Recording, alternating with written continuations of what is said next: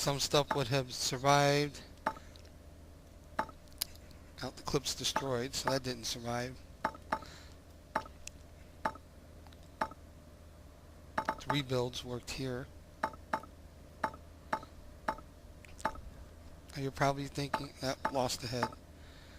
Now you're probably thinking, what's the deal with this? There's nothing, no changes. Because you all understand this.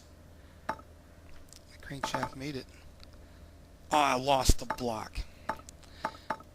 Here's the deal with this. These are aluminum.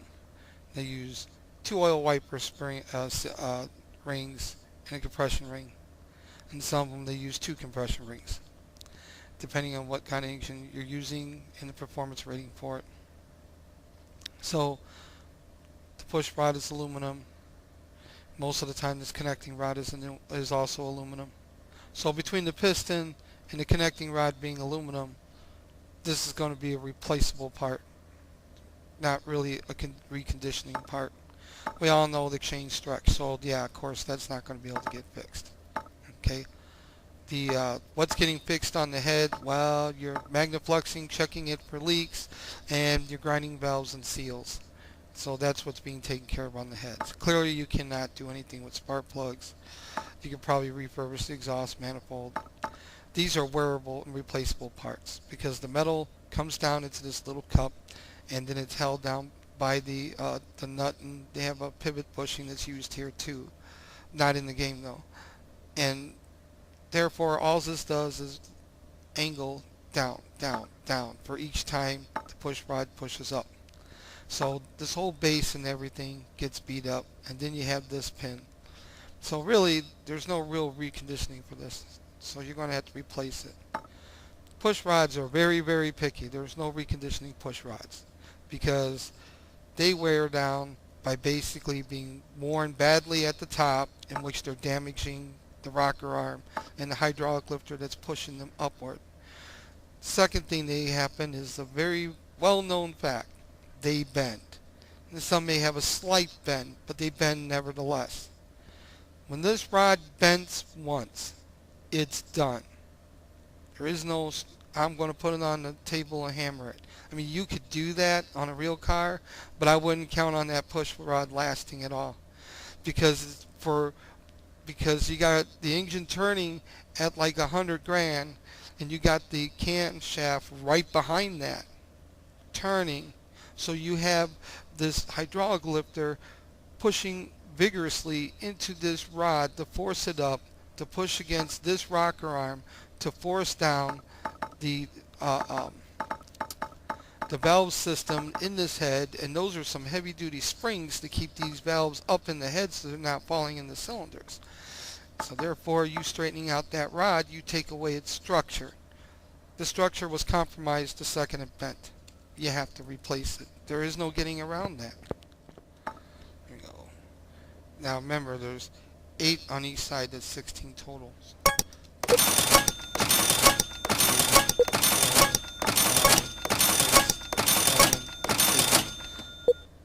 That's how I do it. And then I will count 8 again. 1, 2, 3, 4, 5, 6, 7, 8. Now, you see how I did that? That's just a tip there to show you, because it can get complicating to work on an older engine like this if you're not paying attention to everything that's going on.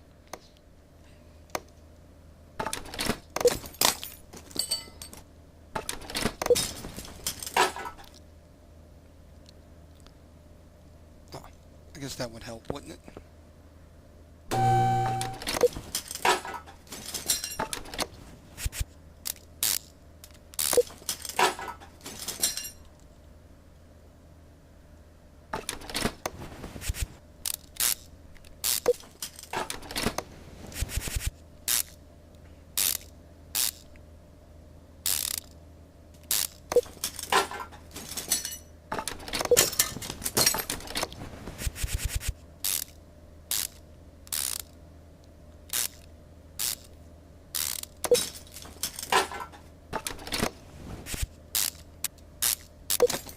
We'll deal with this drive shaft later.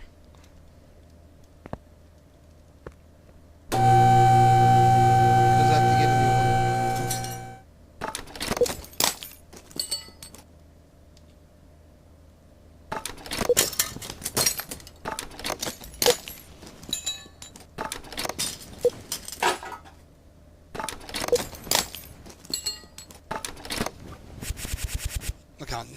clean, that is. Yeah, I know I'm not following a proper torque procedure. That's not the point of this tutorial. This tutorial is to show you how this goes together. See, this is what I wanted to show real quick here. Okay, see how this rocker arm is placed in here? So the push rod is placed here. Now, this thing is pivoting here on this part of the valve. Okay, the actual stem, let's see if I get that, is actually right here in the center. This here is a washer base. There are two split clips that would go in there. So what happens is the valve is compressed in the head, and as the spring is compressed, the washer and everything comes down, the clips will come out. All this assembly comes upward and the valve comes out through the bottom side of the head. This is what they mean by head job. This is what's happening. The head will be also tested for cracks, which is put under pressure on a machine. It's called Magnum is what it's called. And then it could be sprayed out and cleaned up to kind of like repolish it up. So what happens is that you have a rod here, and when it pushes upward against the pivot, it pushes downward here.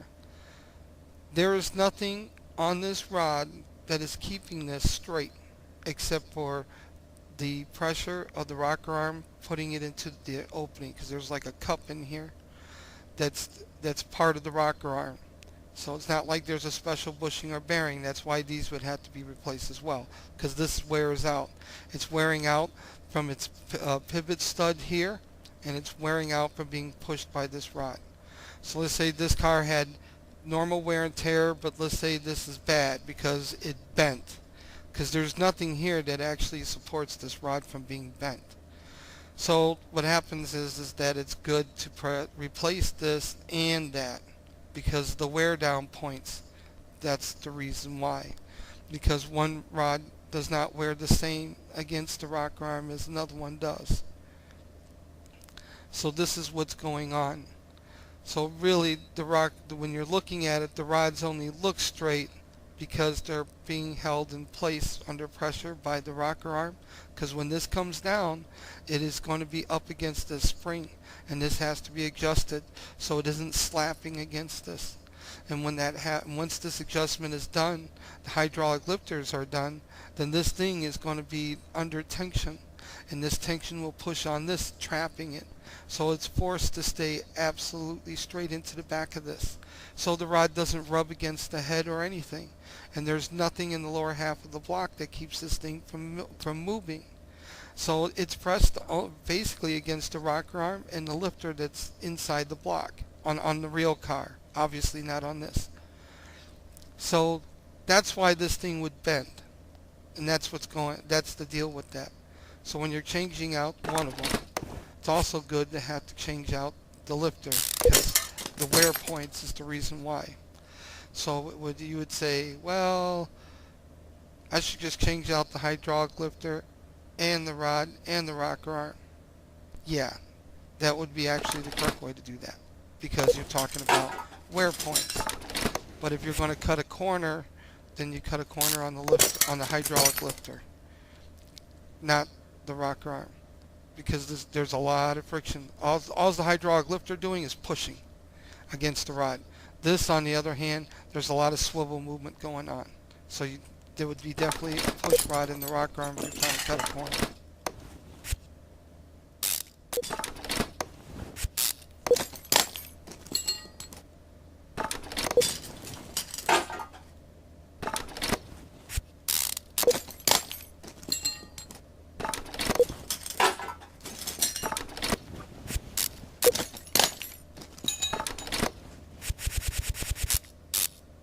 Yeah, it didn't survive the rebuild process.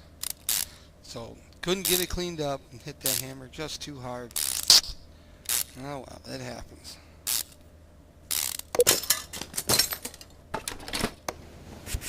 Well, at least the manifold did.